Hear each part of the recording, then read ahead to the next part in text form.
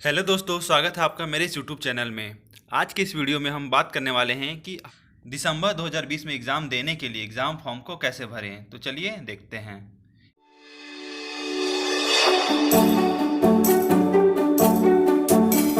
इसके लिए सबसे पहले आपको इग्नू की ऑफिशियल साइट ओपन करनी होगी। उसके बाद आपको रजिस्टर्ड ऑनलाइन में जाना होगा। फिर आपको टर्म एंड एग्ज़ाम उस वाले में क्लिक करना होगा। उसके बाद कुछ ऐसा ओपन होगा। एग्ज़ाम फॉर्म भरने से पहले आपको कुछ जो गाइडलाइंस लिखी हुई उसको अच्छे से पढ़ लेना है, जिसमें से मैं आपको कुछ कुछ बता देता हूँ। चलिए स्टार्ट करते हैं। देखिए, कुछ इम्पोर्टेंट चीज़, जो लास्ट डेट एग्ज़ाम फॉर्म भरने की वो है आपका 10 नवंबर, यानी कि 12 अक्टूबर से चालू है और 10 नवंबर 2020 तक ये एग्ज़ाम फॉर्म भराएगा विदाउट लेट फीस।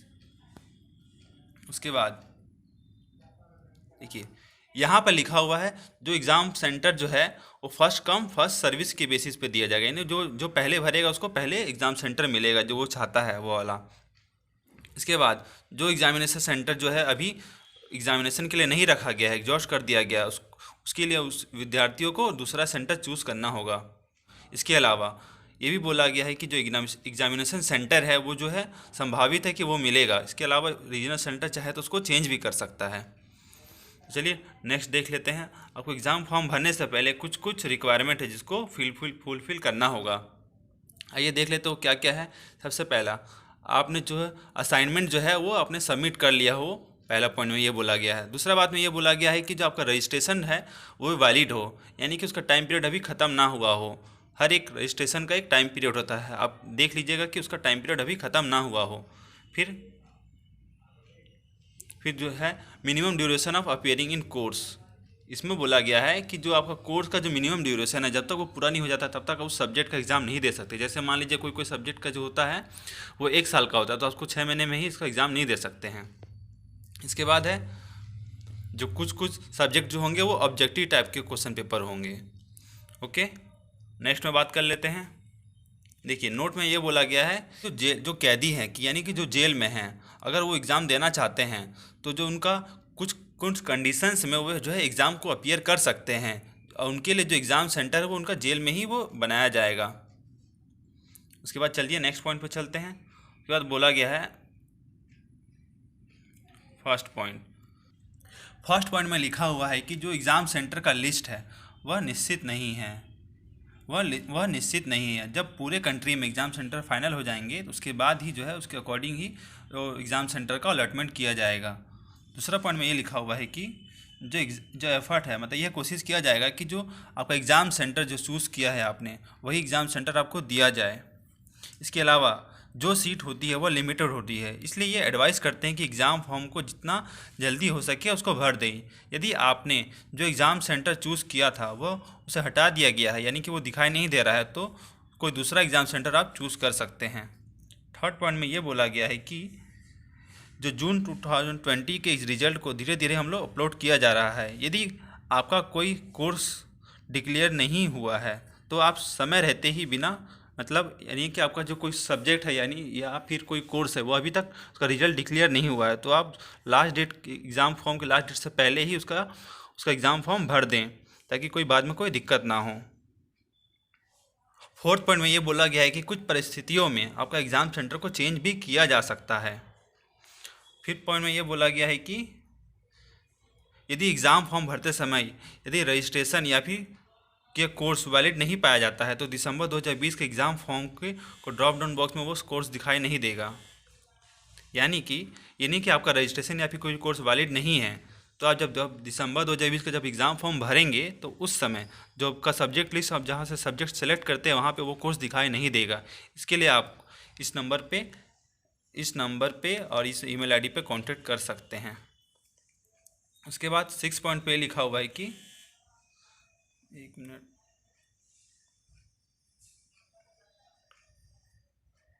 6 पॉइंट पे ये लिखा हुआ है कि क्वेश्चन पेपर का आंसर उसी लैंग्वेज में एक्सेप्ट किया जाएगा जिसमें उस लैंग्वेज को बोला गया है लिखने के लिए। यदि दूसरे लैंग्वेज में लिखा जाता है तो उसका आंसर कॉपी को चेक नहीं होगा, इसके अलावा उसको रिजेक्ट भी किया जा सकता है। यदि यदि उसी कोर्स का यदि हिंदी मीडियम में अटेम्प्ट करने का ऑप्शन है, यदि कोई कोर्स है, यानी मान लो उसका कोई कोर्स है, उसको हिंदी मीडियम में लिखने के लिए ऑप्शन है, तो आप उसको इंग्लिश के बजाय हिंदी में भी लिख सकते हैं। यदि वो उस लैंग्वेज का पेपर नहीं है, यानी कि मान लीजिए जैसे इंग्लिश का ही पेपर है, तो आप इंग्लिश के पेपर को हिंदी में नहीं लिख सकते, यानी कि इंग्लिश का पेपर है तो उसको आपको इंग्लिश में ही लिखना होगा। उसके अलावा यदि आप सब्जेक्ट किसी कोर्स का ऑप्शन है तो आप उसको लिख सकते हैं दूसरे लैंग्वेज में भी, यानी कि हिंदी और इंग्लिश में ही केवल। 7 पॉइंट में बोला गया है, जो स्टूडेंट जून 2020 के लिए एग्ज़ाम फीस दे चुके हैं या जिनका हॉल टिकट इशू नहीं हुआ था या फिर हॉल टिकट इशू हुआ था लेकिन किसी कारण एग्ज़ाम नहीं दे पाए, वे स्टूडेंट दिसंबर 2020 में एग्ज़ाम दे सकते हैं बिना कोई एक्स्ट्रा फीस दिए।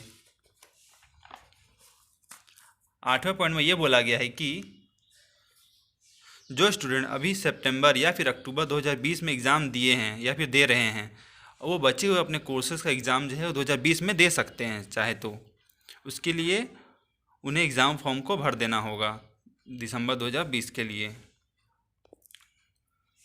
9 पॉइंट में यह बोला गया है कि जो स्टूडेंट जून 2020 में एग्ज़ाम फॉर्म भरे थे और उन्हें दिसंबर 2020 में एग्ज़ाम देने के लिए फिर से एक बार फ्रेश अप्लाई करना होगा। 10 पॉइंट में ये बोला गया है कि एग्ज़ाम सेंटर जो जून 2020 के एग्ज़ाम फॉर्म भरते समय चूज़ किए थे आप, अगर आप उसको चेंज करना चाहते हैं तो उसके लिए भी आप दिसंबर 2020 का एग्ज़ाम फॉर्म भर के उसको चेंज कर सकते हैं और इसके लिए आप कोई भी एक्स्ट्रा फीस देने की ज़रूरत नहीं है। इसके अलावा प्रोसेस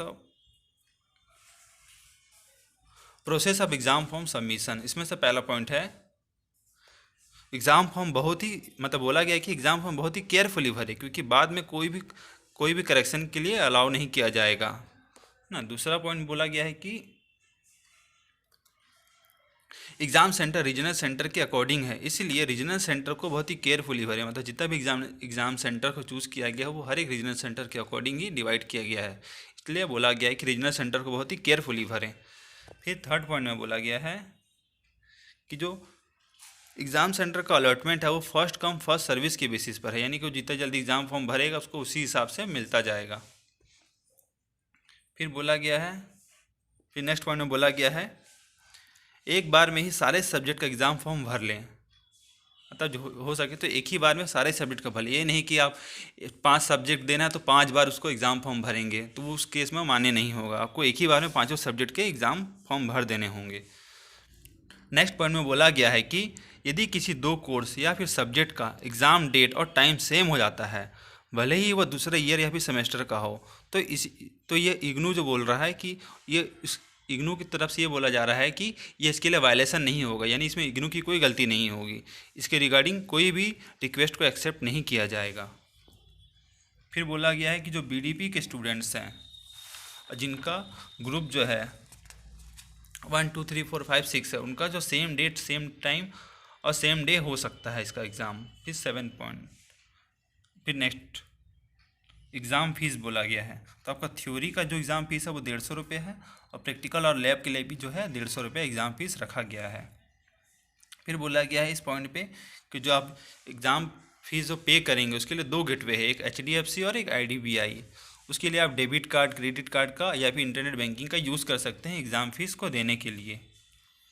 इसमें बोला गया है कि जब एग्ज़ाम फॉर्म भरा जाएगा तब फॉर्म का समरी दिखाई देगा, यानी जब भर लेंगे तो फाइनल में पूरा फॉर्म का एक समरी दिखाई देगा। तो एग्ज़ाम फीस ये कब दिखाई देगा? आपका एग्ज़ाम फीस देने से पहले दिखाई देगा ना। तो आप इसको केयरफुली पढ़ लें, क्योंकि बाद में कोई गलती हुआ तो वो सुधरने का चांस नहीं है। ठीक है। फिर नेक्स्ट पॉइंट में बोला गया है जो आपको सबमिशन के बाद जो होगा इस एक्नॉलेजमेंट का स्लिप मिलेगा, उसको आप प्रिंट आउट करके रख लें इन फ्यूचर के लिए। फिर नेक्स्ट पॉइंट में बोला गया यदि एग्ज़ाम फीस कट गया है लेकिन एक्नॉलेजमेंट स्लिप आपको जनरेट नहीं हुआ है तो आप 72 घंटे के बाद इस सर्च ऑप्शन से चेक कर सकते हैं। यहाँ पे जो सर्च ऑप्शन है उस पर चेक कर सकते हैं, दिखाते हैं। जब आप एग्ज़ाम फॉर्म भर लेंगे उसके 72 घंटे बाद ही आप यहाँ इस लिंक पे आके चेक करेंगे। ध्यान रखेंगे कि आप सैटरडे संडे और हॉलीडे के दिन ये दिखाई नहीं देगा, उसके बाद ही वो उस डेट को आप काउंट नहीं करेंगे 72 आवर्स में। उसके बाद आप अपना एनरोलमेंट नंबर डाल के और उसके बाद यहाँ से आप अपना डेट ऑफ बर्थ डाल के सबमिट करेंगे तो आपको आपके एग्ज़ाम फॉर्म के सबमिशन का स्टेटस दिख जाएगा। उसके बाद नेक्स्ट पॉइंट में बोला गया है कि, एक मिनट, बोला गया है कि यदि एग्ज़ाम फॉर्म का स्टेटस आपको नहीं दिख रहा है तो फिर से एग्ज़ाम फॉर्म को भरना पड़ेगा और रिफ़ंड के लिए आपको इस मेल आईडी, एक मिनट, इस मेल आईडी पर आपको मेल करना होगा। और उसका सब्जेक्ट क्या रहेगा? सब्जेक्ट ये रहेगा आपका refund of excess exam fees. उसके बाद आपको आपका जो पैसा है वो आपको रिफ़ंड हो जाएगा। उसके बाद नेक्स्ट पॉइंट में बोला कि जो डेट शीट होता है वो जल्दी रिलीज़ कर दिया जाएगा इग्नू की वेबसाइट पे। उसके बाद जब अगर आप एग्जामिनेशन सेंटर का लिस्ट देखना चाहते हो तो आप यहाँ पे क्लिक करके देख सकते हैं। जैसे कि क्लिक करके यहाँ सब सिलेक्ट कर लेंगे अपना रीजनल सेंटर। उसके बाद यहाँ से आप अपना सिटी सिलेक्ट कर लेंगे। उसके बाद सबमिट करेंगे तो आप अपना एग्जामिनेशन सेंटर को देख सकते हैं।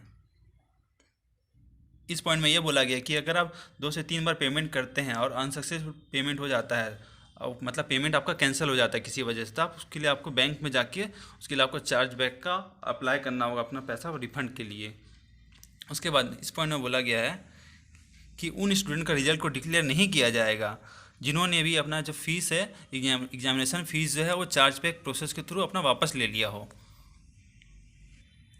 नेक्स्ट पॉइंट में बोला गया कि अगर एक्सेस या फिर अनसक्सेसफुल जो पेमेंट हो जाएगा उसको आपको आपके बैंक अकाउंट में रिफ़ंड कर दिया जाएगा आफ्टर वेरिफिकेशन। फिर जो है नेक्स्ट पॉइंट है हॉल टिकट से लेकर, हॉल टिकट जो है आपका जो हॉल टिकट यानी कि जो एडमिट कार्ड है वो आपका 7 दिन पहले एग्ज़ाम के और आपका वेबसाइट पे वो अपीयर होगा। फिर उसके बाद उसका प्रिंट आउट लेके आपको एग्ज़ाम सेंटर जाना होगा देने। उसके साथ ही आपको वैलिड हॉल टिकट के साथ आपको आइडेंटिटी कार्ड भी साथ में रखना होगा, तभी आपको एग्जामिनेशन के लिए एंट्री दी जाएगी।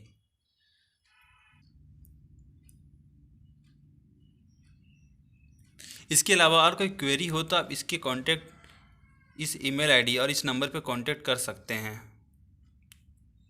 उसके बाद आप जब पूरा पढ़ लेंगे केयरफुली तो उसके बाद आपको यहाँ पे जो बॉक्स है छोटा सा वहाँ पे आपको टिक करना होगा और उसके बाद proceed to fill online examination form. इसके बाद आपका ऐसा इंटरफेस ओपन हो जाएगा। यहाँ से आप अपना प्रोग्राम कोड सेलेक्ट कर लेंगे या फिर प्रोग्राम कोड लिखना होगा। ध्यान रखिए कोई भी स्पेस नहीं दीजिएगा।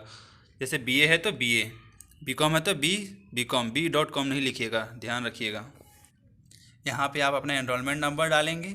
उसके बाद यहाँ से आपका एग्जामिनेशन सेंटर का जो रीज़न है वो सिलेक्ट यहाँ से कर लेंगे। उसके बाद आप यहाँ सबमिट क्लिक करेंगे।